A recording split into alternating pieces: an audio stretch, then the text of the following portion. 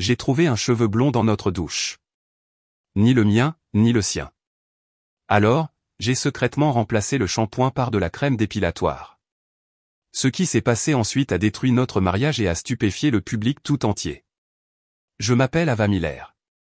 J'ai 35 ans, je suis graphiste et je vis avec mon mari, David, dans un quartier résidentiel calme d'Austin, au Texas. Nous avons une petite maison de plein pied dans une rue bordée d'arbres, non loin du parc Zilker. Les visiteurs commandent souvent à quel point c'est idyllique, presque trop parfait. Une pelouse impeccable avec des rosiers, des cadres de fenêtres d'un blanc immaculé, une maison qui ressemble à quelque chose sorti d'un magazine immobilier. Mais derrière la façade, ce n'est pas aussi parfait qu'il n'y paraît. David et moi sommes mariés depuis 16 ans. Nous nous sommes mariés très jeunes. J'avais 19 ans. Il en avait 22. À l'époque, j'étais convaincu que nous étions faits l'un pour l'autre. Il était mon premier petit ami sérieux, mon premier amour, mon « pour toujours et à jamais ».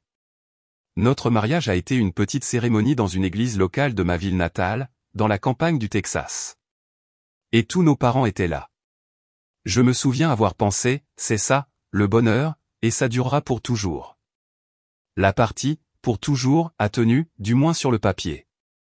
En réalité, ça a souvent été différent. David travaille dans l'industrie cinématographique, principalement comme directeur de production. Il est constamment en déplacement, sur les lieux de tournage, de longues nuits, des réceptions, des réunions. Cela me passionnait autrefois, son énergie, ses histoires de plateau, les noms glamour qu'il mentionnait. Au fil des ans, cependant, j'ai commencé à me demander de plus en plus si ce monde nous éloignait. Je suis beaucoup plus casanière. En tant que graphiste, je travaille beaucoup de chez moi, souvent seul, plongé dans les mises en page et les campagnes pour des agences basées à Austin. Nous n'avons pas d'enfants. Au début, c'était une décision consciente car nous voulions tous les deux nous concentrer sur nos carrières. Plus tard, quand le moment aurait pu être opportun, j'ai eu l'impression que le moment était passé. Parfois je le regrette, mais parfois je suis aussi soulagé. Notre mariage est un mélange de proximité et de distance. Nous rions encore. Nous partageons de nombreuses habitudes. Mais il manque quelque chose. Un sentiment d'aisance, une confiance inébranlable, le genre que j'imaginais autrefois que nous aurions. Ce samedi matin-là, je me suis réveillé avant David. Le soleil projetait des rayures lumineuses sur le mur de la chambre, et je suis resté immobile, écoutant sa respiration calme. Je me suis demandé s'il lui arrivait de rester éveillé à penser à nous.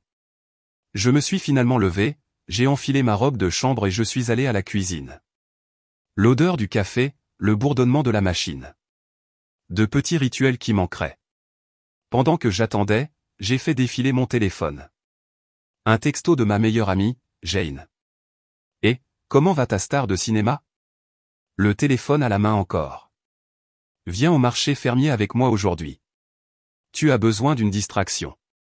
Elle l'appelait toujours une star de cinéma, même s'il n'en était pas une, seulement dans le sens où il travaillait parmi elles.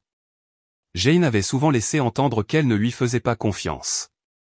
Trop de jolis collègues, trop de nuits dehors, disait-elle. J'avais toujours balayé cela d'un revers de la main.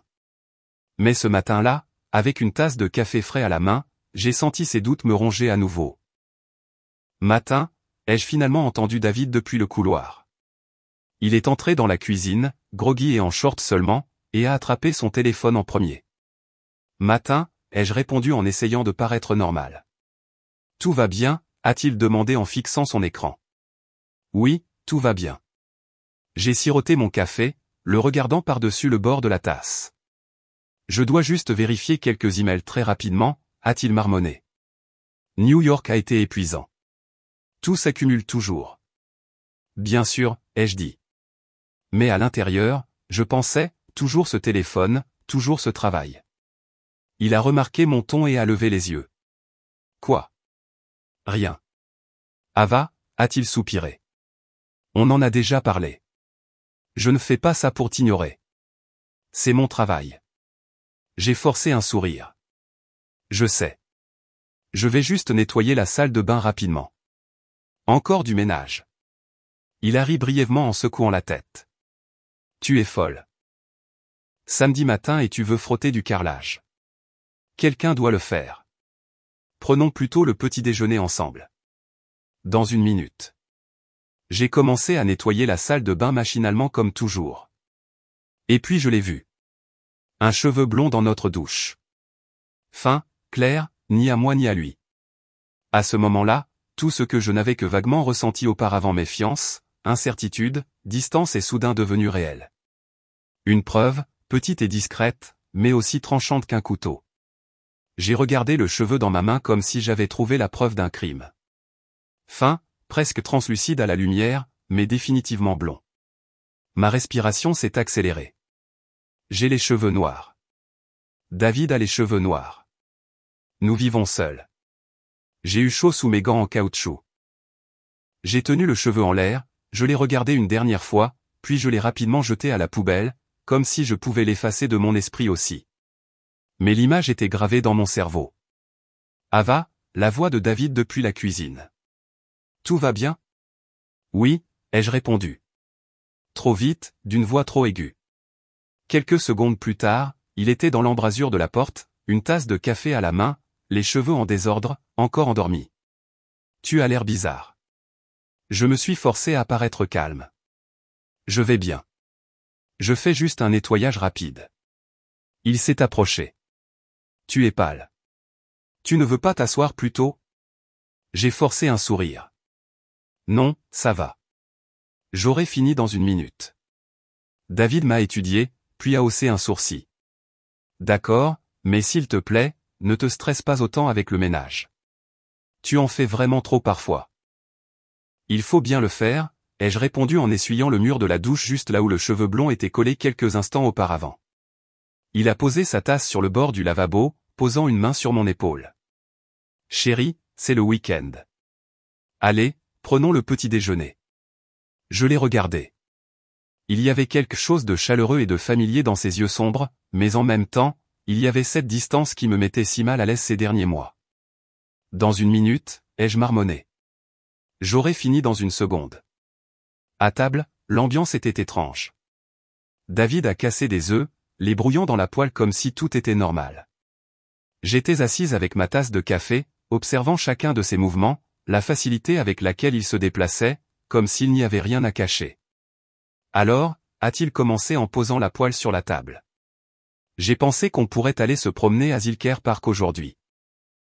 Juste nous deux. Se détendre un peu. Ça a l'air super, ai-je dit automatiquement. Mais mes pensées ont immédiatement dérivé. Juste nous deux.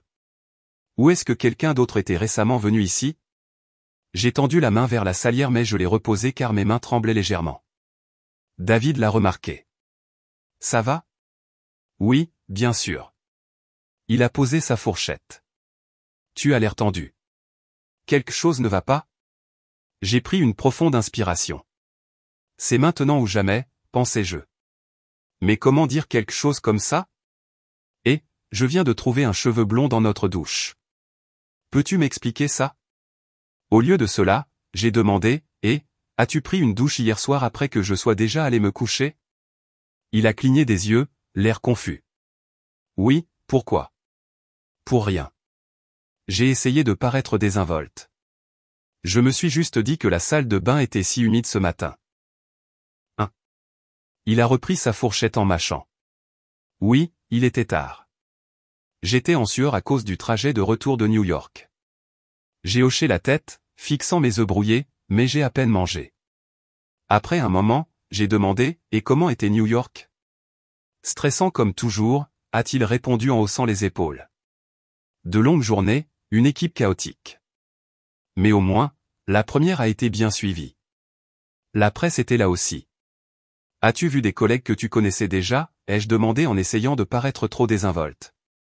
Il a ri doucement. Des collègues? Pourquoi demandes-tu comme ça? Juste curieuse. Ouais, bien sûr. On croise toujours des gens. Le milieu est petit. Pourquoi? J'ai pris une gorgée de café. Mon cœur battait la chamade. Rien. Il a posé sa fourchette, me regardant avec insistance. Ava, si quelque chose te préoccupe, dis-le simplement. On est mariés depuis 16 ans. Je peux dire quand quelque chose te dérange. J'ai forcé un sourire. Je vais bien, vraiment. Il m'a étudié un instant de plus, puis a lentement hoché la tête. D'accord, mais tu sais que tu peux me parler de tout. Puis-je? Pensais-je. Après le petit déjeuner, il a débarrassé les assiettes. Je suis resté à table, regardant dans le vide. Le cheveu blond ne me quittait pas. Plus j'y pensais, moins je pouvais le rejeter comme une coïncidence. Des images se sont formées dans ma tête.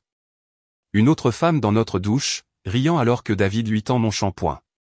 Blonde, confiante, une étrangère. Ma gorge s'est nouée. Alors que David mettait les assiettes dans le lave-vaisselle, il a dit « On dirait que ton esprit est à des millions de kilomètres. » J'ai forcé un ton calme. J'ai juste beaucoup de choses en tête. Le travail, Jane, toutes sortes de choses. Il a hoché la tête, l'acceptant. Mais je savais qu'à partir de ce moment, je commencerais à regarder de plus près. Les jours qui ont suivi la découverte du cheveu blond m'ont semblé étranges. C'était comme si le monde avait légèrement basculé, et soudain, tout était de travers. En surface, notre routine quotidienne était la même.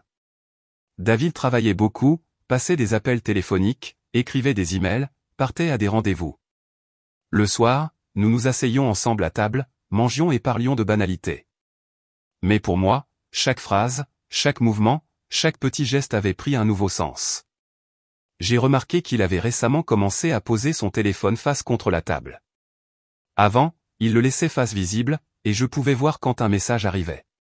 Maintenant, il restait caché. J'ai remarqué qu'il restait plus longtemps dans la salle de bain le soir.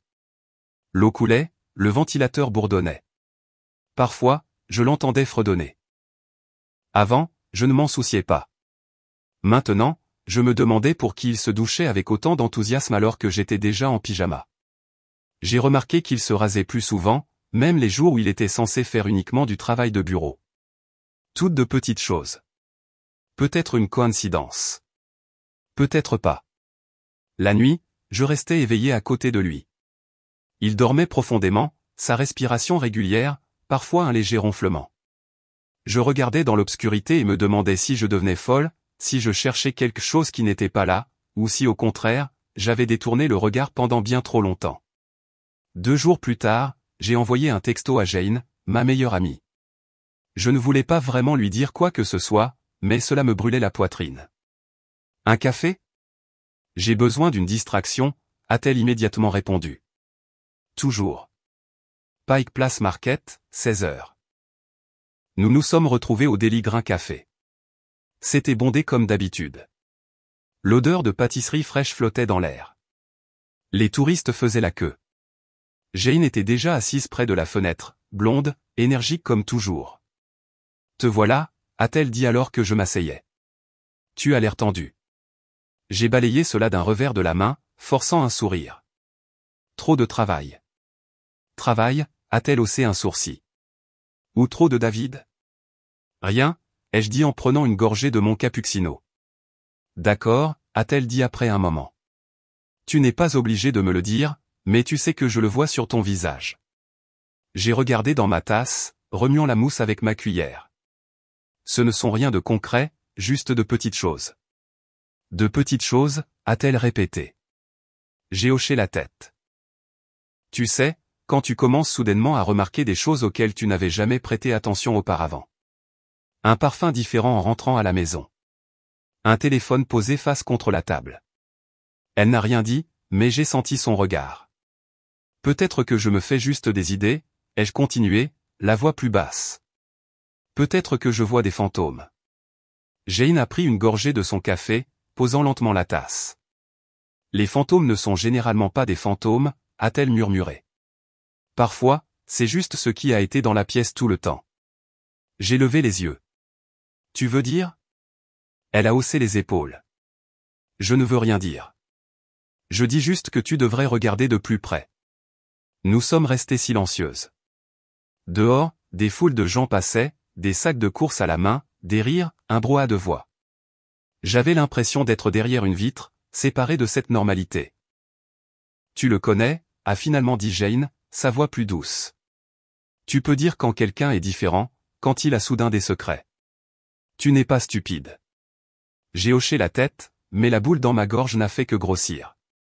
Sur le chemin du retour, j'ai marché dans les rues étroites, les bruits de la ville tout autour de moi.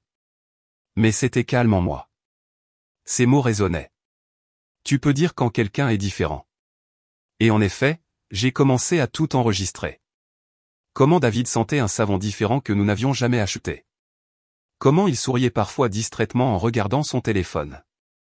Comment il choisissait ses vêtements plus soigneusement qu'auparavant, même quand il allait juste au bureau. Je n'ai rien dit. J'ai juste recueilli chaque détail, chaque déviation. Un journal invisible se compilait dans ma tête. Mais plus je voyais, plus cela devenait clair. Ce n'était plus seulement mon imagination. Il se passait quelque chose. Et je devais découvrir quoi. Cela a commencé par une petite chose que j'ai presque négligée. Mon shampoing. J'utilise le même depuis des années. Un liquide épais et sombre avec un parfum d'herbe qui m'a toujours donné un sentiment de stabilité.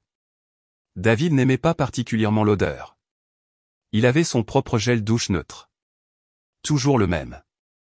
Nous avions cette division depuis des années. Mon étagère, son étagère, comme deux petits territoires que nous n'avons jamais remis en question. Mais un soir, alors que je prenais une douche, j'ai remarqué que la bouteille était plus légère. Je l'ai secouée, et bien sûr, elle était au moins un tiers plus vide qu'elle n'aurait dû l'être. Je venais de l'acheter. Au début, j'ai pensé que je me faisais des idées. Peut-être que j'avais sous-estimé la quantité. Peut-être que j'avais été gaspilleuse. Mais au cours des jours suivants, j'ai prêté une attention plus particulière. J'ai toujours remis la bouteille au même endroit, marquant subtilement une ligne dans le plastique avec mon ongle. Et puis, après 3 jours, c'était clair. Le shampoing se vidait sans mon aide. Un frisson m'a parcouru l'échine. David détestait cette odeur. Il ne l'avait jamais touchée, jamais même essayé. Pourquoi l'utiliserait-il soudainement? C'était un schéma étranger. Quelqu'un d'autre devait être venu ici. Je me suis tenu dans la salle de bain un matin, la bouteille à la main, regardant le contenu qui diminuait beaucoup trop vite. La lumière de la lampe fluorescente se reflétait sur le plastique. Mon cœur battait dans mes tempes. Elle était là, qui qu'elle soit. Elle s'est tenue ici, dans ma douche, s'est lavé les cheveux pendant que j'étais peut-être assise dans le salon ou allongée dans le lit. Elle a utilisé mon shampoing. La pensée m'a serré la gorge. Ce n'était plus seulement un cheveu blond lâche qui pouvait encore être expliqué. C'était plus intime, plus direct. Quelqu'un avait pris ma place, touché mes affaires, pris mon odeur. Je me sentais déplacé dans ma propre maison. Pendant la journée, j'ai essayé de ne rien laisser paraître. David travaillait comme toujours, passait des appels, riait à une blague à l'autre bout du fil, mais je le voyais différemment maintenant. Chaque fois qu'il passait devant moi, je le sentais, essayant de déceler une pointe de mon shampoing, mais il n'y avait rien. Il ne l'utilisait pas.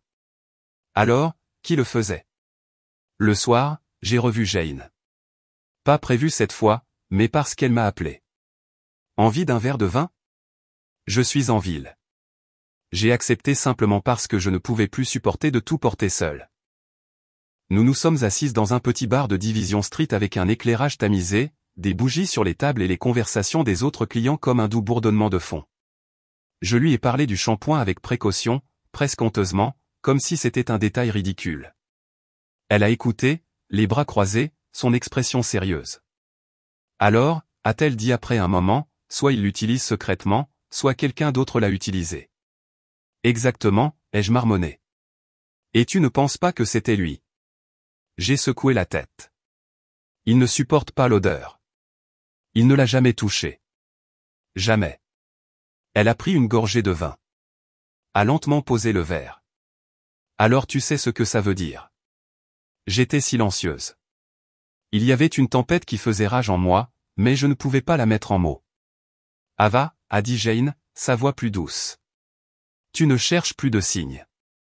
Tu les as déjà trouvés. Ces mots ont résonné alors que je tenais le verre dans mes mains. Je voulais la contredire, dire que tout cela pouvait avoir une explication inoffensive, mais je n'en ai pas trouvé. Plus tard, seul dans mon lit, j'ai regardé dans l'obscurité. David était allongé à côté de moi, dormant profondément et régulièrement. J'ai entendu sa respiration, j'ai senti la chaleur de son épaule, et pourtant je me suis senti plus seul que jamais. Le shampoing, les cheveux, les nuits tardives. L'épreuve formait un schéma. Et pour la première fois, une décision s'est formée en moi, sombre et silencieuse. Si je ne pouvais pas obtenir la vérité facilement, je l'obtiendrais moi-même. La pensée ne me quittait plus. Jour après jour, je voyais la bouteille de shampoing se vider. Une preuve invisible que personne d'autre que moi ne pouvait remarquer.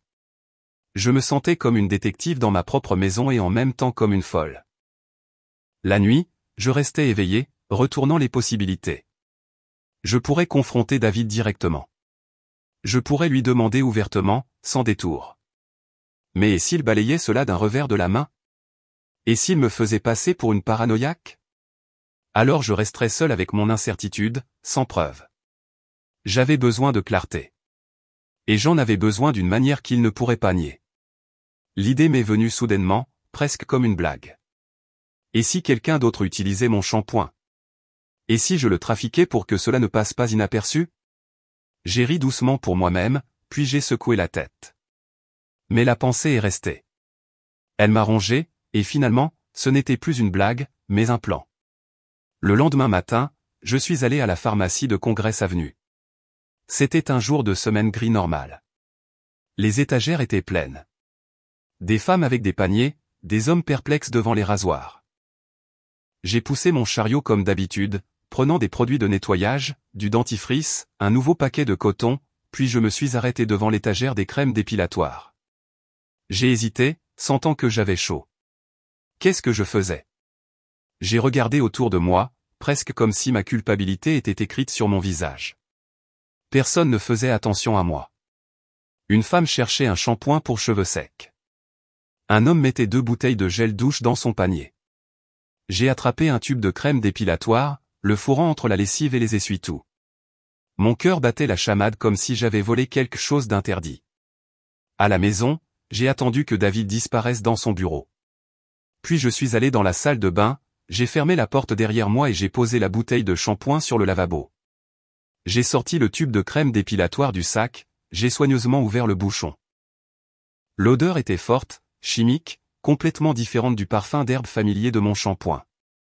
Avec des mains tremblantes, j'ai versé le liquide dans la bouteille de shampoing, soigneusement, lentement pour que rien ne déborde. J'ai mélangé, secoué jusqu'à ce que la consistance ressemble à peu près à la même. Puis j'ai remis la bouteille à sa place. Je me suis lavé les mains, j'ai essuyé le lavabo comme si chaque trace serait un indice. Mon cœur battait si fort que j'étais sûr que David pouvait l'entendre dehors. Quand j'ai eu fini, je me suis appuyé contre les carreaux froids et j'ai pris une profonde inspiration. Plus tard au dîner, je l'ai regardé alors qu'il mangeait, qu'il parlait nonchalamment du nouveau tournage. J'ai hoché la tête, posé des questions, ri au bon moment. Personne n'aurait deviné que je venais de faire quelque chose qui m'a transformé en une femme différente. Non plus l'épouse compréhensive, mais une femme en quête de la vérité. Mais à l'intérieur, il y avait une tempête. Et si j'étais allé trop loin? Et si c'est vrai et qu'elle revient? Et si j'obtenais soudain une certitude dont je ne pourrais plus me débarrasser? Cette nuit-là, je suis resté éveillé pendant que David dormait à côté de moi. J'ai regardé le plafond et j'ai attendu. Attendu ce qui allait se passer. C'était comme si j'avais tendu un piège, et maintenant je me tenais à côté, immobile, attendant que quelqu'un y tombe. La bouteille de shampoing était à sa place, extérieurement banale comme toujours. Mais je savais ce qui se cachait à l'intérieur, et cette connaissance me suivait à chaque passage dans la salle de bain, à chaque regard vers la douche, à chaque son venant du couloir. Les 2 premiers jours, il ne s'est rien passé, ou du moins rien que j'ai remarqué. Je vérifiais la bouteille presque compulsivement, la soulevant, la tournant, la secouant avec précaution. Le contenu semblait inchangé. Peut-être que personne ne l'avait utilisé. Peut-être que c'était fini. Mais mon cœur battait plus vite chaque fois que David allait prendre une douche. Je me tenais alors dans la cuisine, écoutant l'eau, imaginant qu'il dévissait le bouchon, massant la mousse dans ses cheveux. Et en même temps, je savais qu'il détestait l'odeur. Ce n'était pas son shampoing. Alors j'attendais. Pas lui, elle. Pendant ces jours, ma vie quotidienne était comme un jeu d'ombre. Je travaillais sur mes projets graphiques, cliquais sur des emails, modifiais des mises en page, mais tout se passait mécaniquement, sans concentration. En vérité, mon esprit n'était que dans la salle de bain. Le soir, je m'asseyais avec David sur le canapé. On regardait une série télé. Il riait au bon moment, me faisait du popcorn, me passait le bras autour des épaules, et je pensais, peut-être que c'est vraiment juste mon imagination. Peut-être qu'elle n'existe pas. Peut-être que c'est moi qui suis en train de me perdre ici. Mais il allait ensuite dans son bureau et j'en profitais pour vérifier la salle de bain. La même scène, encore et encore. Moi, seul, la bouteille à la main, vérifiant si elle était devenue plus légère. Et puis, le 4e jour, c'est arrivé. C'était l'après-midi. David était censé être au bureau. Je suis entré dans la salle de bain presque nonchalamment et je me suis arrêté. La bouteille était clairement plus légère. Je l'ai soulevée, sentant la différence. La marque de mon ongle, que j'avais faite comme point de référence, la confirmait. Il manquait au moins 2 largeurs de doigts. Mon estomac s'est noué. Quelqu'un l'avait utilisé. Quelqu'un avait été ici. Je me suis assise sur le bord de la baignoire, regardant la bouteille dans ma main.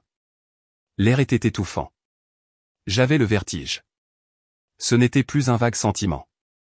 Ce n'était plus un cheveu qui pouvait être rejeté comme une coïncidence. C'était concret. Elle avait été ici, dans ma salle de bain, sous mon eau, avec mon shampoing, et maintenant avec de la crème dépilatoire sur la tête. Je me sentais malade d'excitation. Cette nuit-là, j'ai à peine dormi. Je suis resté éveillé, écoutant chaque son. David respirait calmement à côté de moi, se retournant une fois dans son sommeil. J'ai regardé dans l'obscurité et j'ai imaginé des scènes. Une femme étrangère sortant de la douche avec un cri désespéré, des poignées de cheveux dans les mains. J'ai été surprise par moi-même. Qu'est-ce que je faisais là?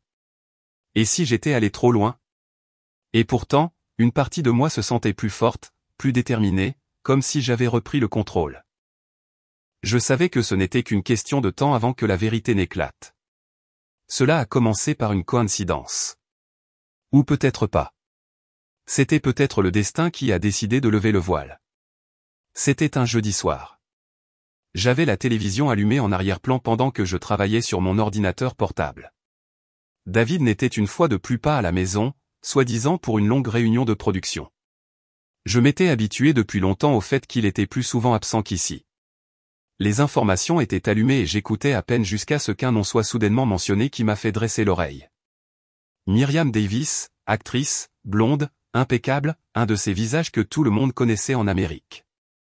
J'ai levé les yeux et je me suis figé. Elle était à l'écran, accompagnée de flashs d'appareils photo devant une salle de cinéma de Los Angeles pour une première. Mais elle n'avait pas l'air comme d'habitude. Sa tête était chauve, rasée de près, pas de cheveux, pas le moindre soupçon, rien. Juste un crâne pâle et brillant sous l'éblouissement des projecteurs. Les journalistes s'agitaient, parlant d'un incident mystérieux, d'un scandale en coulisses. Miriam Davis semblait troublée, portait un foulard qui n'arrêtait pas de glisser et esquivait toutes les questions. Mon souffle s'est coupé. Mes doigts se sont figés sur le clavier.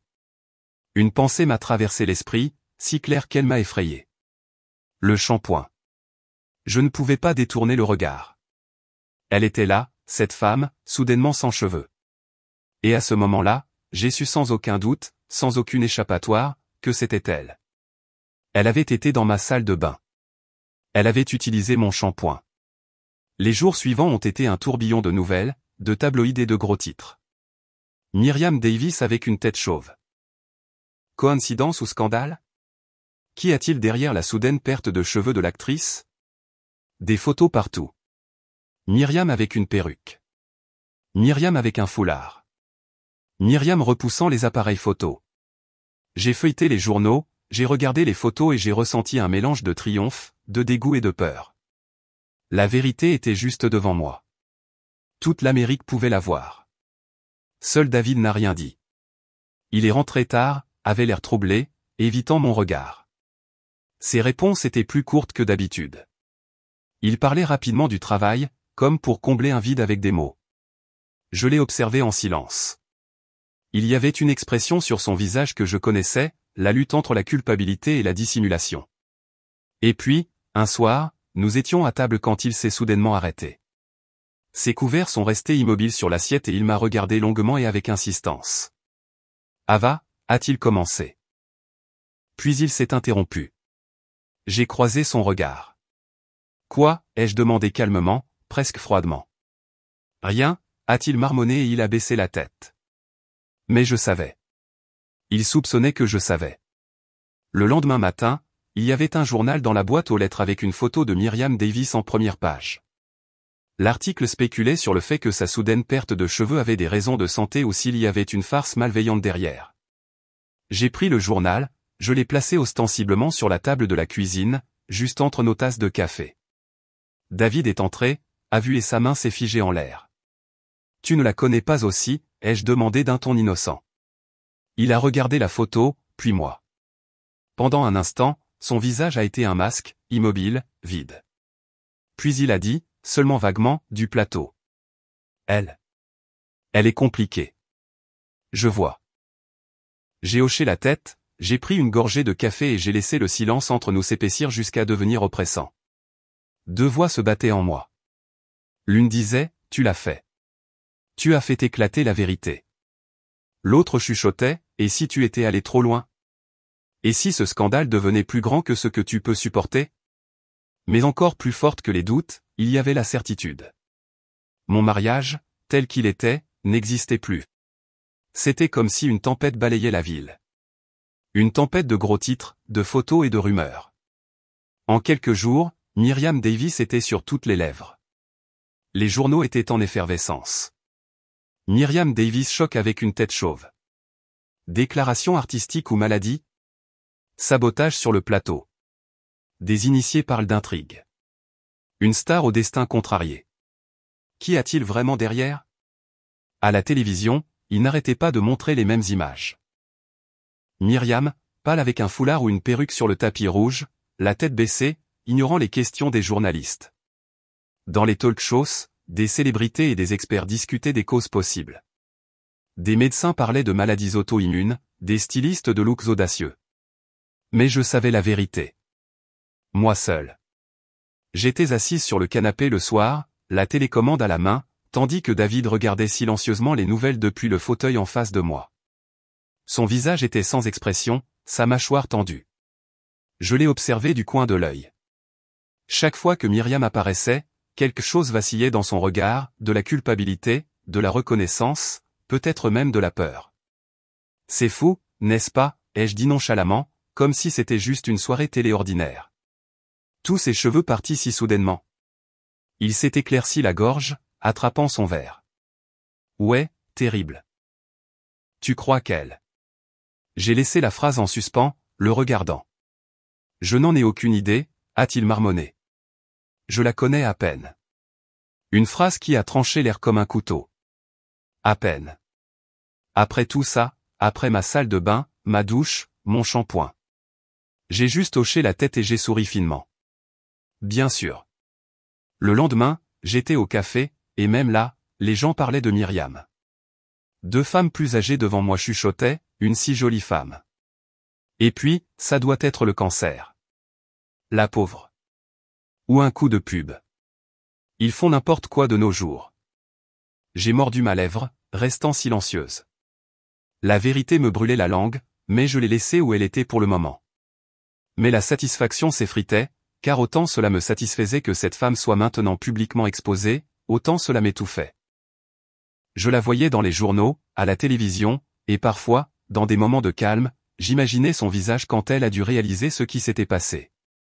La panique, le désespoir, la honte. Une partie de moi criait, elle l'a mérité. Une autre chuchotait, tu es allé trop loin. À la maison, il y avait le silence. David m'évitait, restait plus longtemps dans son bureau, passait des appels téléphoniques derrière une porte fermée. Quand on se croisait, son regard était fugace. Il parlait du travail comme s'il voulait tisser un filet de trivialité pour que je m'y emmêle. Mais je l'ai laissé faire. J'ai écouté, hoché la tête, n'ai posé aucune question, car je savais que la vérité se tenait depuis longtemps entre nous. Comme une troisième personne dans notre maison, empoisonnant tout. Le dimanche matin, en sortant le journal de la boîte aux lettres, Myriam était de nouveau en première page. Cette fois, c'était le New York Times, pas un tabloïd. Une star d'Hollywood perd ses cheveux. L'industrie cinématographique spécule sur un scandale de plateau. Je suis resté dans la cuisine, j'ai posé le journal en plein milieu de la table et j'ai attendu. David est entré, s'est versé du café, et son regard est immédiatement tombé sur la première page. Un tic à peine perceptible a traversé son visage, et il a attrapé la tasse comme si elle était soudain devenue essentielle à sa survie. Je l'ai observé en silence, mes mains enroulées autour de ma tasse de café. Dis quelque chose, pensais-je. Admets-le ou ment, mais fais quelque chose. Mais il n'a rien fait. Il est resté silencieux et dans ce silence, une résolution a grandi en moi. S'il ne parlait pas, alors je le ferais. Et pas seulement en privé. Je rendrais la vérité publique. Tout comme il m'avait ignoré pendant des années, je m'assurerais maintenant que toute l'Amérique voit ce qui se cachait vraiment derrière son travail. C'était comme si j'avais retenu mon souffle pendant des jours. Depuis le cheveu, depuis le shampoing, depuis les gros titres sur Myriam Davis, j'étais restée silencieuse.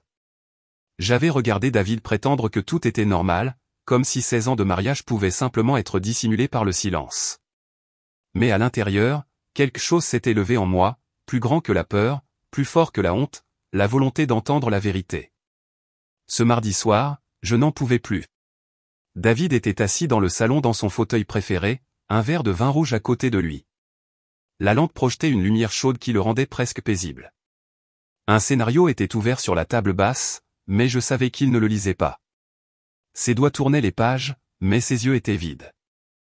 Je me suis tenu dans l'embrasure de la porte, j'ai senti mon cœur battre la chamade et j'ai dit « On doit parler ». Il a levé les yeux, surpris, presque agacé. « Ava, s'il te plaît, pas maintenant. Je suis fatigué. » Non. Ma voix a tremblé, mais je suis resté ferme. Maintenant. Lentement, il a mis le scénario de côté. Qu'est-ce qui ne va pas? Je suis entré, je me suis assise en face de lui et j'ai senti mes mains devenir moites. Je les ai serrées en poing pour qu'il ne voie pas le tremblement. Depuis des semaines, ai-je commencé. Quelque chose ne va pas entre nous. Tu es différent, distant, secret.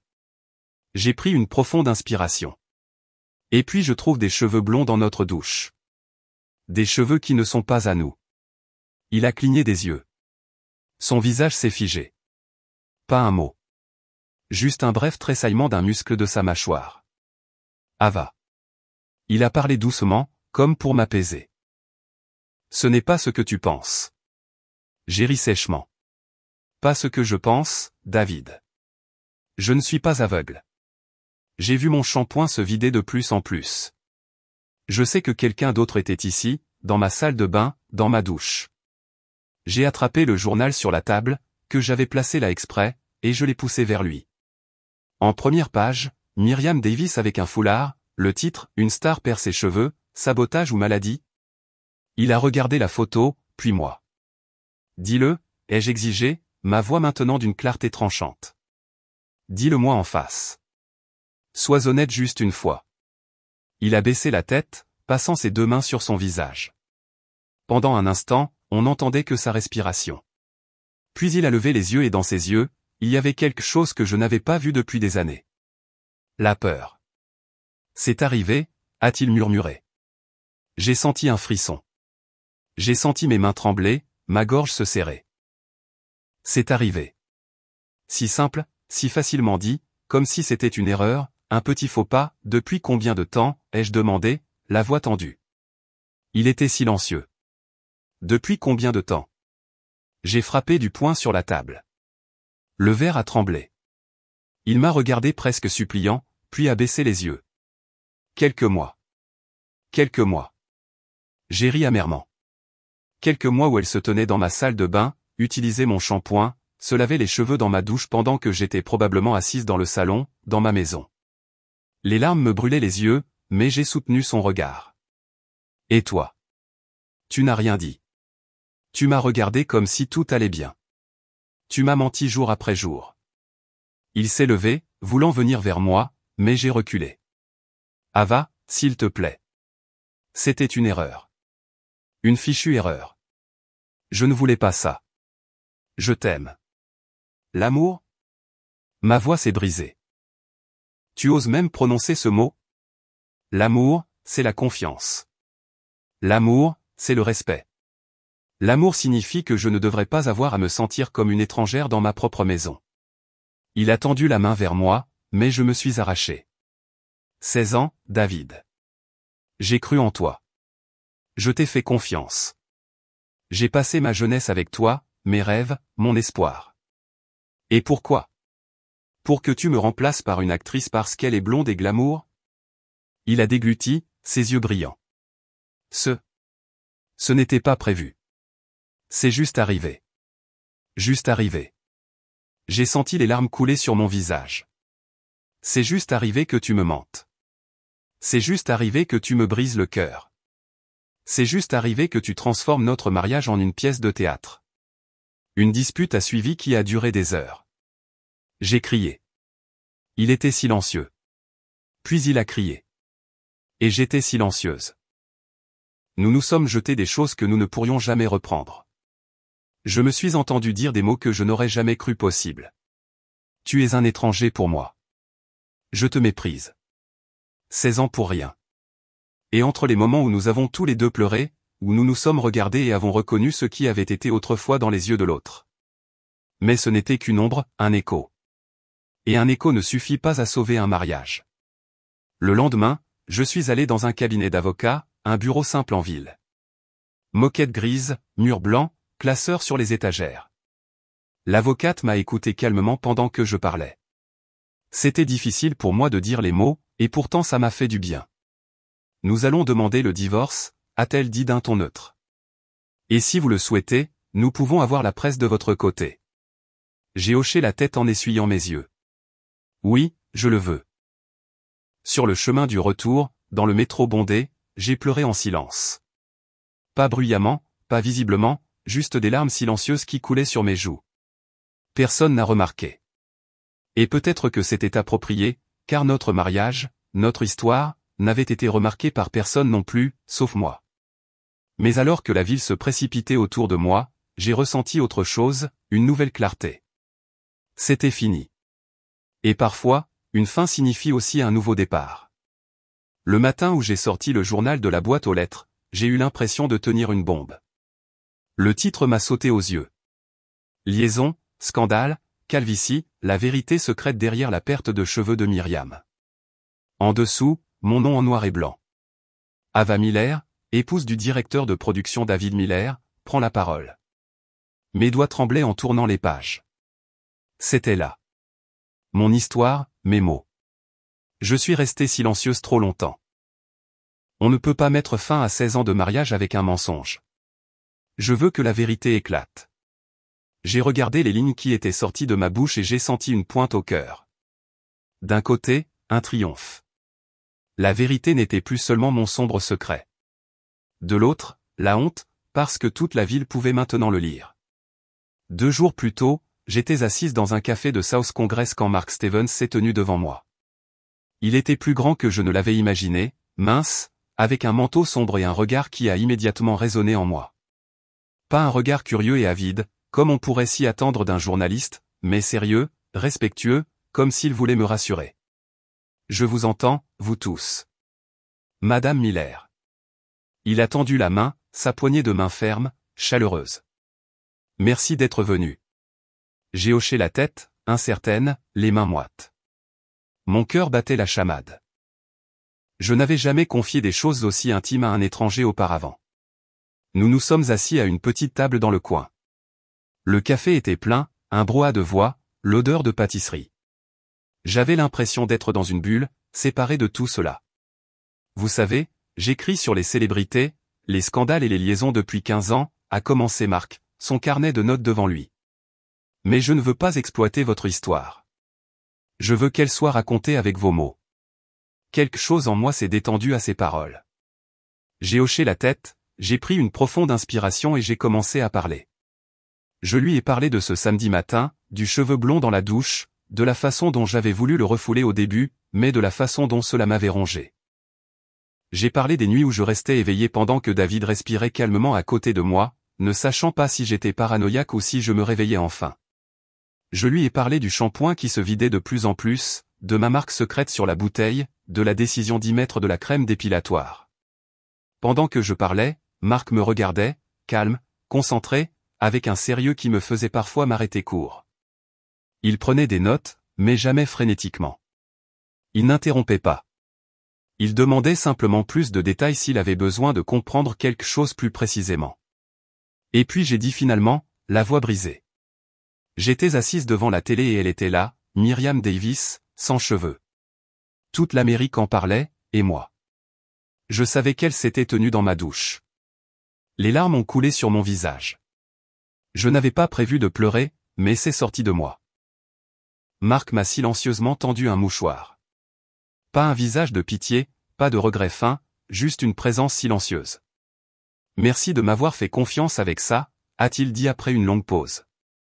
Mais vous devez savoir. Si on publie ça, il n'y aura pas de retour en arrière. Ça va faire des vagues. Vous ferez face à des attaques, des doutes, des moqueries, mais aussi du respect. Êtes-vous prête? J'ai essuyé mes larmes. Oui, ai-je murmuré. Mes voisins, le barista, peut-être même des gens que je n'avais pas vus depuis le lycée. Quand je suis allé au café peu de temps après, j'ai eu l'impression que les gens me regardaient plus longtemps. Peut-être que je me faisais des idées.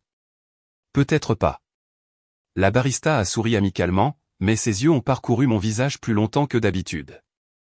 Deux hommes ont chuchoté alors que je passais. J'ai resserré mon écharpe autour de moi, souhaitant pouvoir être invisible. Et en même temps, non, c'est exactement ce que je ne voulais plus. Je voulais être vu, être entendu. Ce soir-là, mon téléphone a sonné. C'était Marc. J'ai hésité, puis j'ai finalement décroché. Madame Miller. Sa voix était calme, chaleureuse. Je voulais vous remercier. L'article est sorti et il est largement discuté. Mais vous savez quoi? De nombreux lecteurs écrivent qu'ils se reconnaissent dans votre histoire, qu'ils aimeraient être assez courageux pour cesser de se taire. Les larmes me sont montées aux yeux. Êtes-vous sérieux? Oui, a-t-il dit. J'écris souvent sur des scandales qui sont vides, qui ne sont que pour les gros titres. Mais votre histoire, c'est du vrai. Elle a du sens. J'ai tenu le téléphone à mon oreille, silencieuse, et j'ai senti une attraction dans ma poitrine. Pour la première fois depuis des semaines, je ne ressentais pas seulement de la colère ou de la douleur, mais aussi autre chose. Une sorte de chaleur, un sentiment d'être comprise dans ces mots. Merci, ai-je finalement murmuré. Non, a-t-il répondu. Merci à vous. Cette nuit-là, je me suis endormi avec le journal sur ma table de chevet. Mon nom était placardé en première page. Et pour la première fois depuis longtemps, je n'ai pas seulement ressenti de la perte, mais aussi l'idée que ma vie pouvait commencer une nouvelle. Et peut-être, juste peut-être, que ce nouveau départ avait déjà commencé avec un appel téléphonique. Les semaines qui ont suivi la publication ont été un tourbillon. Les papiers du divorce avaient été déposés. Mon nom était dans les journaux, et les voisins me regardaient avec un mélange de curiosité et de pitié. Je me déplaçais entre deux mondes, l'ancien mariage brisé et le nouveau, qui n'avait pas encore de base solide. Au milieu de tout cela, Marc a tendu la main, non pas en tant que journaliste, mais en tant que personne. Madame Miller, a-t-il écrit dans un message, je sais que vous avez beaucoup de choses à gérer en ce moment, mais si jamais vous voulez prendre un café sans carnet de notes ni notes, faites-moi signe. J'ai regardé ces lignes pendant un long moment. Une partie de moi voulait répondre, oui, immédiatement. L'autre chuchotait, tu es blessé, vulnérable. Ne laisse personne s'approcher autant. Mais finalement, j'ai répondu, j'adorerais. Nous nous sommes retrouvés dans un petit café du West End. C'était un après-midi gris. Et en même temps, ça vous libère, parce que vous n'avez plus rien à cacher. Je me suis tu, regardant les gouttes de pluie couler sur la vitre. Parfois, j'ai peur de ne plus jamais pouvoir faire confiance. Peut-être, a-t-il répondu. Il ne s'agit pas de faire confiance à nouveau immédiatement, mais de trouver quelqu'un qui est patient, qui attend que vous soyez prête. Ces mots m'ont touché plus profondément que je ne l'aurais cru. Nous nous sommes revus. Une promenade à Zilker Park où nous avons ri quand un chien a soudainement sauté dans la rivière. Une soirée au cinéma où nous étions assis silencieusement l'un à côté de l'autre, nos mains se frôlant presque, mais pas tout à fait. Ce n'était rien d'officiel, rien de tangible. Mais c'était un sentiment, un murmure qu'il pourrait y avoir quelque chose de plus si je trouvais le courage. Un soir, seul à la maison, je me suis tenu devant le miroir de la salle de bain. J'ai vu mon propre visage, mes cheveux noirs, mes yeux qui avaient tant pleuré, et je me suis dit doucement, je ne suis plus la femme qui a juste attendu. Je ne suis plus celle qui reste silencieuse. Je suis plus. Et je l'ai cru pour la première fois. Le divorce n'était pas encore finalisé. Mon cœur était encore plein de cicatrices. Mais j'ai senti que ce n'était pas la fin. C'était le début d'une nouvelle vie. Parfois, on a besoin d'une rupture pour se retrouver. Parfois, quelque chose doit se briser pour faire de la place à quelque chose de nouveau. Et parfois, ce ne sont pas les années que l'on croyait avoir perdues, mais la force que l'on en tire. Je ne savais pas où mon chemin avec Marc me mènerait. Peut-être juste à une amitié, peut-être à quelque chose de plus grand. Mais je savais que j'avais appris qu'on ne peut pas rester silencieux quand la vérité crie à l'intérieur de soi. Parce que le silence détruit, mais la vérité libère. Plusieurs mois s'étaient maintenant écoulés depuis que mon monde s'était effondré. L'hiver était derrière moi, et avec le printemps, quelque chose est revenu que je n'avais pas ressenti depuis longtemps. L'espoir. Les jours sont devenus plus lumineux. Les pacaniers d'Austin étaient en fleurs, et j'ai remarqué qu'une nouvelle vie s'éveillait en moi aussi. Le divorce était maintenant finalisé. Une lettre neutre du tribunal, une pile de papier qui scellait et mettait fin à 16 ans de mariage. J'avais pleuré, oui, mais ce n'était plus un effondrement. C'était plutôt un lâcher-prise silencieux. David avait disparu de ma vie comme une ombre. Parfois, je voyais encore son nom dans des articles, des projets de films, des premières, le même monde qui nous avait autrefois connectés. Mais il ne m'appartenait plus. Je ne savais pas s'il voyait toujours Myriam. Et pour la première fois, je m'en fichais vraiment. Je n'entendais presque plus parler de Myriam. Elle s'était retirée, disait-il. Quand je voyais sa photo dans les magazines, je ne ressentais plus rien. Pas de triomphe, pas de colère, juste un haussement d'épaule neutre. Et moi, j'avais appris qu'on est plus fort qu'on ne le pense, que même après de profondes ruptures, on continue d'avancer. Parfois plus lentement, parfois avec plus de prudence, mais toujours en avant. Pendant ces mois, j'avais vu Marc plus souvent.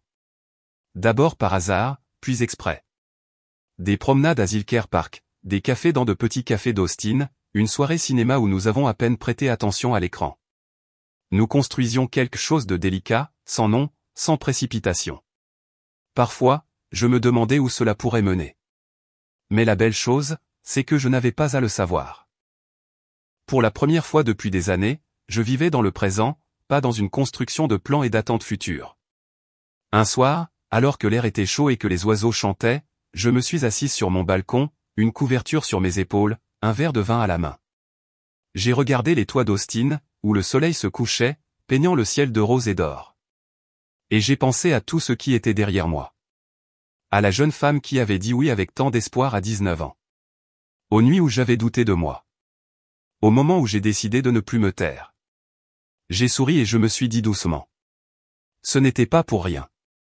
Pas un seul jour.